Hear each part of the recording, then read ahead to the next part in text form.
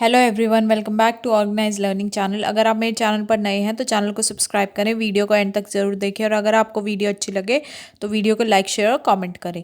तो शिक्षा निदेशालय राष्ट्रीय राजधानी क्षेत्र दिल्ली की तरफ से विषय विज्ञान आकलन कार्यपत्रक 9 तिथि 18 अक्टूबर 2021 कक्षा 10 के लिए कार्यपत्रक है। विद्यार्थी यहाँ अपना नाम लिखेंगे, यहाँ अपने कक्षा अध्यापक या अध्यापिका का नाम लिखेंगे।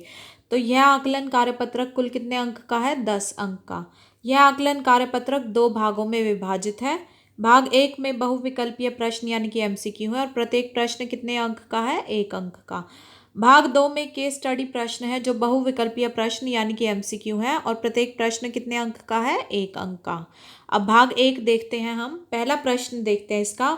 उस परिघटना का उदाहरण दीजिए जिसमें टिंडल प्रभाव देखा जा सकता है। ये 4 ऑप्शन दिए हुए हैं, तो कौन सी ऐसी परिघटना है जिसमें टिंडल प्रभाव दिखता है हमें? क्या आकाश का लाल रंग होना? नहीं। आकाश में इंद्रधनुष बनना, क्या ये भी टिंडल प्रभाव है? ये भी नहीं है। तारों का टिमटिमाना, क्या इसमें टिंडल प्रभाव होता है? नहीं, इसमें भी नहीं होता। तो इन तीनों में से किसी में भी टिंडल प्रभाव नहीं देख सकते, तो इसलिए ऑप्शन सही क्या हो जाएगा? डी, यानी कि इनमें से कोई नहीं।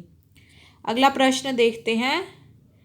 प्रिज्म से गुजरने पर श्वेत प्रकाश के विक्षेपण यानी कि विक्षेपित होने का क्या कारण है? जब प्रिज्म से गुजरता है श्वेत प्रकाश और वो विक्षेपित हो जाता है गुजरने पर, उस प्रिज्म से गुजरने के बाद, तो क्या होता है, उसका क्या कारण होता है? तो पहला है, प्रिज्म में अलग अलग रंगों का अलग अलग गति होती है। ये बिल्कुल ठीक है कि प्रिज्म में सब रंगों की गति जो है अलग होती है। दूसरा ऑप्शन क्या है? प्रिज्म की असमानांतर सतहें। प्रिज्म में जो सतह होती है वो असमान होती है, वो समान नहीं होती, असमान होती है। तो ये भी बिल्कुल ठीक है। तो इसलिए कारण क्या हो जाएगा? ए और बी दोनों। तो इसलिए सी ऑप्शन जो है वो सही हो जाएगा। तीसरा प्रश्न क्या है फिर हमारे पास? तीसरा है, लेंस से गुजरने के बाद किरण का सही मार्ग दिखाने वाले चित्र हैं। जब ये लेंस दिए हुए हैं और जब इनमें से किरण गुजर कर जाती है तो सही मार्ग कौन कौन से चित्रों में बना हुआ है? तो देखो, जब भी कभी हमारे लेंस में से जो है किरण गुजरेगी, तो जो पहला है ये बिल्कुल ठीक है, यहाँ से ऐसे गुजर कर, और ये इस तरीके से हो सकती है, ये भी सीधी भी जा सकती है, ये यहाँ पर माध्यम का फर्क होता है बस यहाँ। दूसरा जो है इसमें, ये भी बिल्कुल ठीक है, इस तरीके से जा सकती है। तीसरा है, ये भी बिल्कुल ठीक है, इस तरीके से भी जा सकती है। लेकिन जो चौथा है, ये ऐसे कभी भी नहीं जाती है, जो किरण है वो लेंस से कभी भी इस तरीके से नहीं गुजरती है, तो ये गलत है।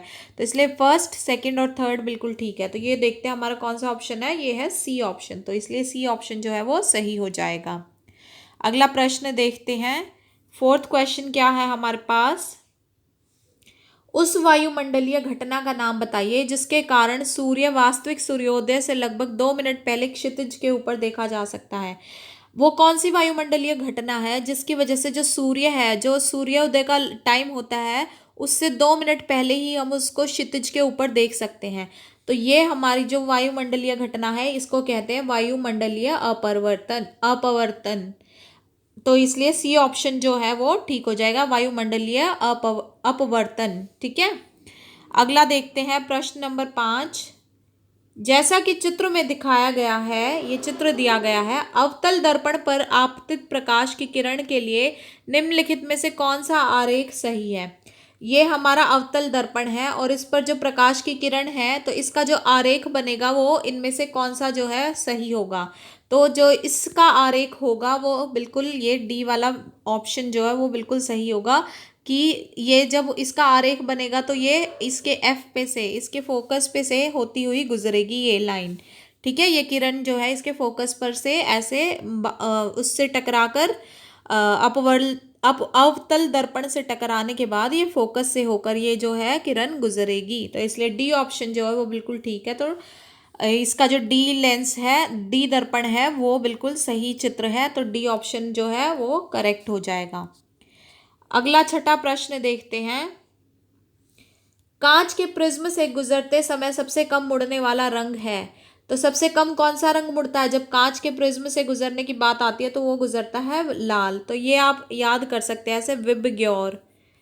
तो जो ये वी है यानी कि वी फॉर वॉयलेट, वॉयलेट मतलब बैंगनी, बैंगनी सबसे ज़्यादा मुड़ने वाला है। और आर फॉर रेड, रेड यानी कि लाल, लाल सबसे कम मुड़ने वाला है। तो इधर ऐसे ये घटता चला जाएगा। ये इंडिगो है, फिर ये ब्लू है, ग्रीन, येलो, ऑरेंज और ये लास्ट में रेड, यानी कि रेड जो है यानी कि लाल वो सबसे कम उड़ने वाला रंग है। तो इसलिए बी ऑप्शन जो है वो सही हो जाएगा। अब हम केस स्टडी देखते हैं।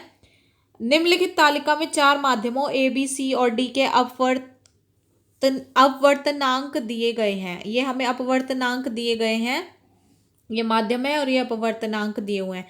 ए माध्यम, बी माध्यम, सी और डी, और इनका अपवर्तनांक है। ए का कितना 1.33, बी का 1.50, सी का 1.52 और डी का 2.40।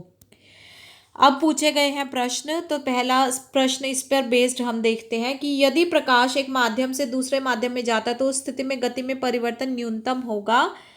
अगर मान लीजिए प्रकाश जो है एक माध्यम से दूसरे माध्यम में जा रहा है तो उस स्थिति में गति में जो परिवर्तन न्यूनतम होगा वो किस में होगा। तो जब प्रकाश बी और सी के इसके और इसके बीच में गति करता है तो उस स्थिति में जो गति में परिवर्तन होगा वो सबसे न्यूनतम, सबसे कम होगा। ठीक है, तो इसलिए बी ऑप्शन जो है वो सही हो जाएगा। 8वां प्रश्न देखते हैं। यदि प्रकाश एक माध्यम से दूसरे माध्यम में गमन करता है तो उस स्थिति में गति में परिवर्तन अधिकतम होगा। अब प्रकाश फिर से मान लीजिए एक माध्यम से दूसरे माध्यम में गमन कर रहा है तो उस स्थिति में गति में जो परिवर्तन सबसे ज्यादा होगा वो किस में होगा। तो जब प्रकाश कहाँ पर गति करेगा, ए और डी के बीच। तो देखते हैं, ये है ए और ये है डी। जब ए और डी के बीच में गति करेगा तो उस वक्त पे क्या होगा, सबसे ज्यादा होगा। ठीक है, तो गति में परिवर्तन किस सबसे ज्यादा ए और डी के बीच में होगा। अब अगला प्रश्न देखते हैं। हीरे का अपवर्तनांक 2.42 है, तो प्रकाश की गति के संबंध में इस कथन का क्या अर्थ है। तो हीरे का अपवर्तनांक दिया हुआ है हमें 2.42। तो प्रकाश की गति के बारे में अगर इसमें हम बात करें तो क्या मतलब है इसका। इसका मतलब है कि हीरे में प्रकाश की गति मुक्त स्थान में प्रकाश की गति का 1/2.42 गुना होती है। इस लाइन का क्या मतलब है हमारे पास कि जो हीरे में अपवर्तनांक गति है उसका क्या होगा, ये 1/2.42 गुना होगा। मुक्त स्थान में प्रकाश की गति का 1/2.4 गुना होती है जो हीरे में प्रकाश की गति होगी अगर हमें ये अपवर्तनांक दिया हुआ होगा तो। 10वां प्रश्न हम देखते हैं। तो 10वां प्रश्न क्या है, प्रकाश जिस माध्यम में सबसे तेज गति करता है वह है। तो कौन से माध्यम में सबसे ज़्यादा तेज गति होती है प्रकाश की, वो है वायु। तो बी ऑप्शन जो है वो सही हो जाएगा। तो इसी के साथ साथ कोरोना से बचने के लिए, कोविड-19 के विरुद्ध लड़ाई में सुरक्षित रहने के लिए सभी को मास्क पहनना ज़रूरी है। तो आशा है आपको वीडियो अच्छी लगी होगी। अगर आपको वीडियो अच्छी लगी तो वीडियो को लाइक, शेयर और कमेंट करें, चैनल को सब्सक्राइब करें और मिलते हैं नेक्स्ट वीडियो में।